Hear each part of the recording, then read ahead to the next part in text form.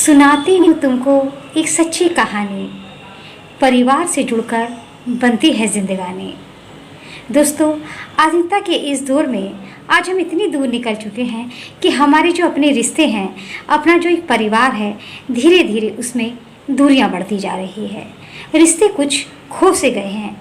वो परिवार जिसे व्यक्तियों का समूह कहा जाता था, वो परिवार जिसके अंदर सब एक दूसरे से जुड़े हुए होते थे, चाहे वो रक्त का संबंध हो या विवाह का संबंध। उस परिवार से हम न जाने कितनी चीज़ें सीखते थे, उस परिवार से हम संस्कार सीखते थे। यानी हमारी जो ज़िंदगी की एक शुरुआत होती थी उस परिवार से होती थी। लेकिन आज इस आधुनिकता के इस दौर में उसमें वो प्यार नहीं। अब ना किसी के रहने का एहसास होता है, ना ही किसी के चले जाने का एहसास।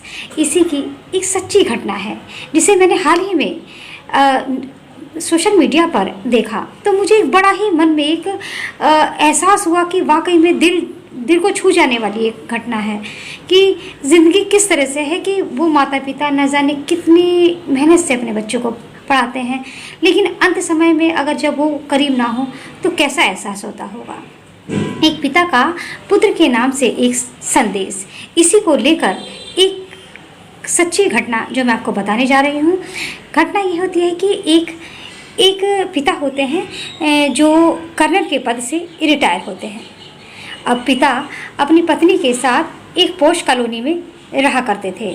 दोनों की ज़िंदगी खुशनुमा थी और दो बेटे थे जो होने चाहिए परिवार के अंदर। दो बेटे थे और दोनों ही बेटे अमेरिका में सेटल थे और एक बहुराष्ट्रीय कंपनी में नौकरी करते थे और वहीं पर वो अपने परिवारों के साथ सेटल हो गए थे।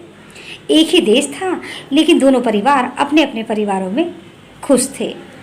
एक दिन अचानक ही पिता ने अपने बेटे को संदेश भेजा कि बेटा, तुम्हारी माताजी का देहांत हो गया है। पिता का ये संदेश मिलना था कि और इसी संदेश को देने के बाद पिता अपनी पत्नी की मिट्टी के साथ पुत्रों का इंतजार करने लगे। एक दिन का वक्त बीत गया। अगले दिन उनका जो छोटा बेटा था चिंटू, वो वहाँ पर पहुँचा। तो पिता ने अपने बेटे से कहा कि बेटा, तुम्हारा बड़ा भाई मुन्ना नहीं आया। तो छोटा बेटा चुप हो गया। पिता ने कहा कि जो हमारे संस्कार हैं, जो हमारे धर्म के अनुसार माता की जो मिट्टी के लिए बड़े बेटे का होना ज़रूरी है, और इसी चीज़ के लिए पिता जिद पर बैठ जाता है कि अगर जब तक मुन्ना नहीं आएगा तो कुछ नहीं होगा। बड़ी देर तक इसी कश्मकश में वो चुपचाप रहता है। बेटा देखता है कि पिता अपनी जिद पर अड़े हुए हैं। तभी जब अपने बेटे जो बेटा होता है वो अपनी चुप्पी तोड़ता है। कहता है, पिताजी, भैया ने कहा है कि इस चीज़ को गौर से सुनिए कि पिताजी, भैया ने कहा है कि माँ के मरने पर भाई तू चला जा, जब पिता की मृत्यु होगी तो मैं चला जाऊँगा। ये सुनना था कि पिता शौक में डूब गए। अचानक ही उनको एक ऐसा धक्का लगा और वो चुप हो गए, मौन हो गए। उठे और वो चुपचाप दूसरे कमरे में चले गए। उन्होंने चंद लाइनें लिखी और चंद लाइनें लिखने के बाद उन्होंने अपने आप को गोली मारी और वहीं पर मर गए। अब उस खत में क्या लिखा था? उसमें खत में उस पिता ने अपने दोनों पुत्रों के नाम पर एक पत्र लिखा कि प्रिय बेटो, जिंदगी भर मैंने और तुम्हारी माताजी ने अपना पेट काट कर तुम्हें पढ़ाया लिखाया, अच्छे कॉलेज में देश विदेश में पढ़ने की पूरी शिक्षा दी। तुमने जिस चीज़ की जिद की वो चीज़ हमने दी।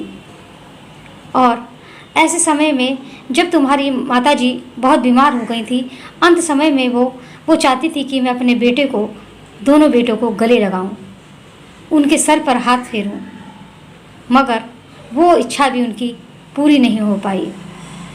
मैं चाहता था, इतना परेशान था, मुझे उम्मीद थी कि तुम दोनों आओगे और मेरी इस बुरे वक्त में मुझे ढांढस बंधाओगे, मगर अफसोस तुम्हारे इस विचार से मुझे ये लगा कि तुम बेटा अगले समय का क्यों इंतज़ार कर रहे हो कि मेरे मरने पर तुम आओगे?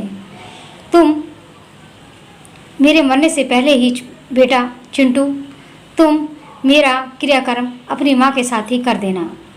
और उन्होंने आगे लिखा कि मेरी जो सारी जो संपत्ति है उसमें से कुछ हिस्सा मेरे नौकरों को बांट दिया जाए और जो मेरे मेडल हैं वो सेना को वापस लौटा दिए जाएं और मेरी जो कुछ जमा पूंजी है वो सेना के कल्याण कोष में दे दिया जाए। यानी बच्चों को उन्होंने कुछ नहीं दिया।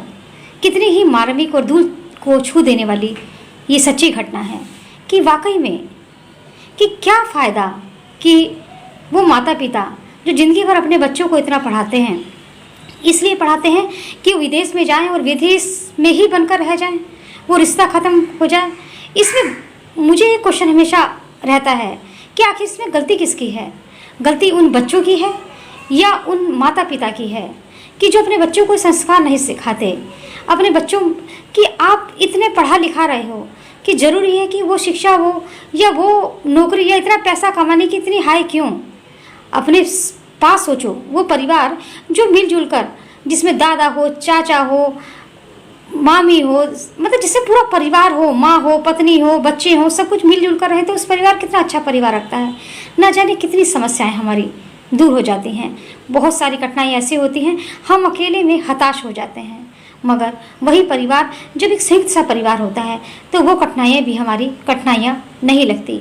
अगर वो बच्चे इस समय यहीं पे नौकरी कर रहे होते तो शायद वो अपने माता पिता के साथ होते। अंत समय में न जाने कितना अच्छा महसूस होता उन माता पिताओं को। तो बच्चों को तो उन्होंने ये भी कहा कि विदेश में या मेरी अच्छा हुआ कि मैं अमेरिका में जाकर नहीं बसा। तो मुझे भी लगता है कि वाकई में हमें जितना भी है हमें अपने देश में ही करना चाहिए और अपने समय में से कुछ समय निकाल कर अपने माता पिता को भी देना चाहिए, क्योंकि बहुत कठिनाइयाँ झेलकर हमारे माता पिता हमें उस जगह पर मुकाम पर पहुंचाते हैं। आने वाला वक्त आपका भी है, आप भी माता पिता बनेंगे। आप भी ऐसा ना हो कि आखिर में आप भी सब कुछ करने के बाद आप अकेले रह जाएं। आए दिन हम घटनाएं सुनते हैं कि वो वृद्ध दंपत्ति को लूट लिया गया, घर में दोनों अकेले रहते थे, मारे गए, किसी ने कत्ल कर दिया, किसी ने संपत्ति के पीछे। आखिर क्यों हम अपने परिवार को या अपने बच्चों को ये क्यों नहीं सिखाते कि वो जितना है अपने परिवार में मिल बांट कर खाएं, अपने में ही खुश रहें। दूर रहकर खुशियाँ नहीं, जितनी खुशियाँ पास में रहकर है। अगर आपको इस घटना में या इस बात में कुछ और बात लगती हो तो आप बताएं कि आखिर हमारा जो इतना बड़ा जो आज का जो सिलसिला है, जो परिवार में जो दूरियां बढ़ती जा रही हैं, आखिर क्यों बढ़ती जा रही हैं, क्या कारण है, किसकी गलती है और इसमें हमें क्या करना चाहिए? क्या हमारी जो सोच है आधुनिकता के को लेकर, क्या हम वाकई में आधुनिक हो गए हैं या आधुनिक हो गए हैं तो फिर हमारे जो रिश्ते हैं क्या ख़त्म हो गए हैं? इस क्वेश्चन का जवाब आप जरूर देना। जय भारत, जय संविधान, जय भीम।